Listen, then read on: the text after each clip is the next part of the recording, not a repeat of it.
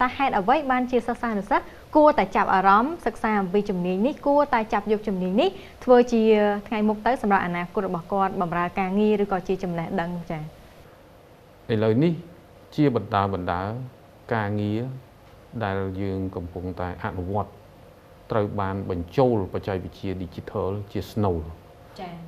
đại dương bị nứt khơiនៅក្នុងគ្រប់ទិដ្ឋភាពនៃសកម្មភាពពាណិជ្ជកម្មសកម្មភាពឧស្សាហកម្មក៏ដូចជាសកម្មភាពនៃជីវិតរស់នៅរបស់យើងដូច្នេះហើយព័ត៌មានវិទ្យាកំពុងតែដើរតួនាទីគន្លឹះនៅក្នុងសង្គមហើយនឹងពាក់ព័ន្ធទាំងស្រុងទៅនឹងសកម្មភាពរបស់សង្គមទាំងមូលកំណើននៃផលិតភាពនៅក្នុងធុរកិច្ចកិច្ចការសាធារណៈនិងសកម្មភាពរបស់បុគ្គលនីមួយៗកើតឡើងដោយសារការរួមចំណែកដ៏ធំធេងនៃបច្ចេកវិទ្យា Digital នេះក្នុងពេលបច្ចុប្បន្នចា៎ដូច្នេះបើយើងពិនិត្យទៅមើលថាតើផលប្រយោជន៍អ្វីខ្លះឬក៏ហេតុផលអ្វីខ្លះដែលសិស្សានុសិស្សយើងគួរពិចារណានៅក្នុងការចាប់យកចំណេះដឹងបច្ចេកវិទ្យានៅក្នុងបំណិនជីវិតរបស់ខ្លួនគឺដូចជាឧទាហរណ៍ឱកាសការងារនៅក្នុងនិងក្រៅប្រទេសបាទបច្ចុប្បន្ននេះគឺមានក្រុមហ៊ុនជាច្រើនដែលកំពុងតែកកើតឡើងនៅក្នុងប្រទេសក៏ដូចជានៅក្នុងក្រុមហ៊ុននៅក្នុងតំបន់និងពិភពលោកដែលមានក្រុមហ៊ុនធំដែលមានបានផ្ដល់ការងារជូនដល់និយោជិករបស់ខ្លួនរាប់ម៉ឺនរាប់សិបម៉ឺនកន្លែងដែលការងារទាំងអស់នេះទាមទារឲ្យមានជំនាញចំណេះដឹងខាងផ្នែកបច្ចេកវិទ្យាដោយឡែកនៅក្នុងប្រទេសកម្ពុជានៅក្នុងរយៈពេល2ឆ្នាំនេះនៅក្នុងរយៈពេលនៃជំងឺការរីករាលដាលនៃជំងឺ Covid យើងក៏បានរៀបចំនៅគោលនយោបាយសេដ្ឋកិច្ចសង្គម Digital និងគោលនយោបាយរដ្ឋាភិបាល Digital ដែលឆ្លើយតបទៅនឹងការប្រែប្រួលនៅស្ថានភាពការងារថ្មីស្ថានភាពសេដ្ឋកិច្ចថ្មីដែលផ្ដោតសំខាន់ទៅលើការជំរុញការប្រើប្រាស់បច្ចេកវិទ្យា Digital ក្នុងការអភិវឌ្ឍសេដ្ឋកិច្ចសង្គមនៅក្នុងប្រទេសកម្ពុជាបាទចំណុចមួយទៀតគឺយើងឃើញថាការប្រើប្រាស់បច្ចេកវិទ្យានេះនឹងជំរុញឲ្យមានការច្នៃប្រឌិតការកាត់បន្ថយពេលវេលាការសន្សំថវិកាការបង្កើនចំណូលនិងការជំរុញប្រសិទ្ធភាពនៅក្នុងការងារទោះបីជានៅក្នុងវិស័យឯកជនក៏ដូចជាវិស័យរដ្ឋក៏ដោយដូច្នេះហើយនៅក្នុងដំណើរការនៃការវិវត្តបច្ចេកវិទ្យានេះសំខាន់គឺអ្នកដែលចូលរួមទាំងអស់ត្រូវមានចំណេះដឹងនិងជំនាញក្នុងការដោះស្រាយបញ្ហាក្នុងការជំរុញនវានុវត្តន៍ក៏ដូចជានៅក្នុងការដែលធ្វើម៉េចដើម្បីបម្រើទៅដល់អតិថិជនបម្រើដល់ប្រជាពលរដ្ឋបម្រើដល់ក្រុមហ៊ុនក៏ដូចជាបម្រើដល់សេវាសាធារណៈនៅគ្រប់វិស័យទាំងអស់ចា៎បាទចំណុចមួយទៀតនៃផលប្រយោជន៍នៃការសិក្សានេះគឺនៅក្នុងរយៈពេលនៃការសិក្សានេះនិស្សិតក៏អាចមានឱកាសនៅក្នុងការរៀនសូត្រពីទ្រឹស្ដីនៅក្នុងសាលារៀនហើយក៏មានការអនុវត្តជាក់ស្ដែងដែលធ្វើឲ្យគេដើរទន្ទឹមគ្នានៅក្នុងរយៈពេលរៀនហ្នឹងគឺអនុវត្តផងរៀនទ្រឹស្ដីផងធ្វើឲ្យគេ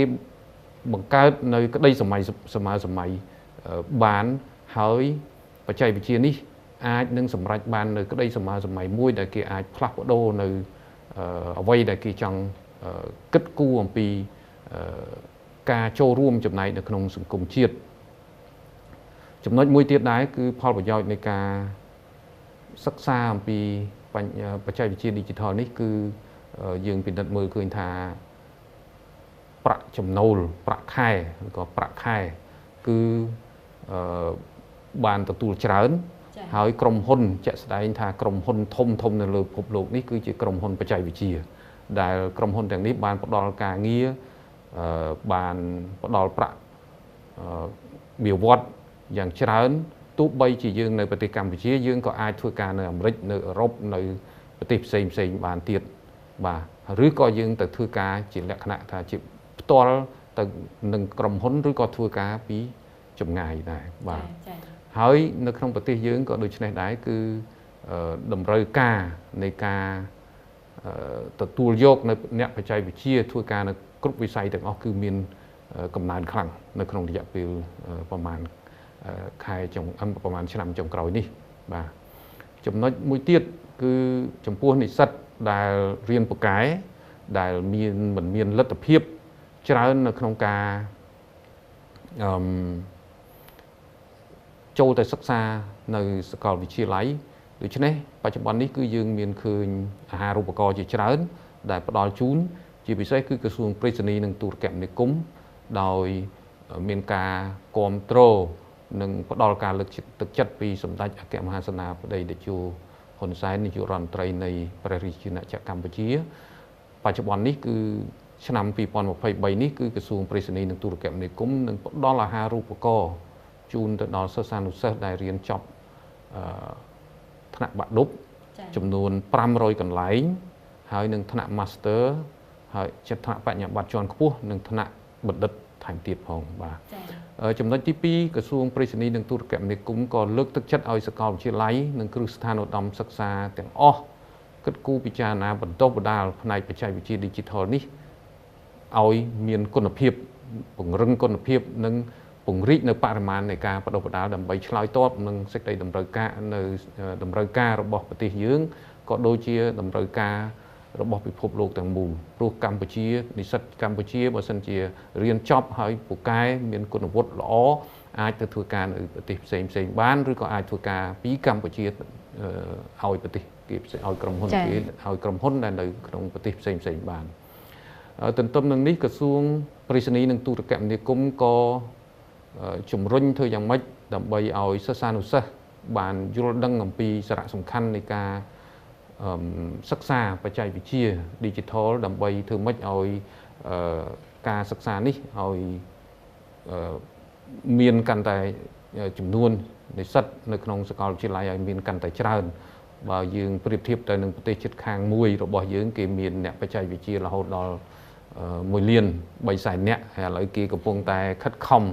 បដិបដាលរហូតដល់2លាននាក់ចំណែកកម្ពុជាយើងមានមិនលើសពី20000នាក់ទេបើយើងប្រៀបធៀបទៅគឺយើងតិចណាស់ដូច្នេះក្រសួងប្រៃសណីនិងទូរគមនាគមន៍ខិតខំធ្វើម៉េចដើម្បីជំរុញឲ្យធនធានមនុស្សយើងកាន់តែកើនឡើងដើម្បីបម្រើដល់តម្រូវការនៅក្នុងប្រទេសផងក៏ដូចជាដើម្បីរួមចំណែកទៅដល់ការអភិវឌ្ឍចូលនៅក្នុងក្រុមហ៊ុនផ្សេងនៅក្រៅប្រទេសផង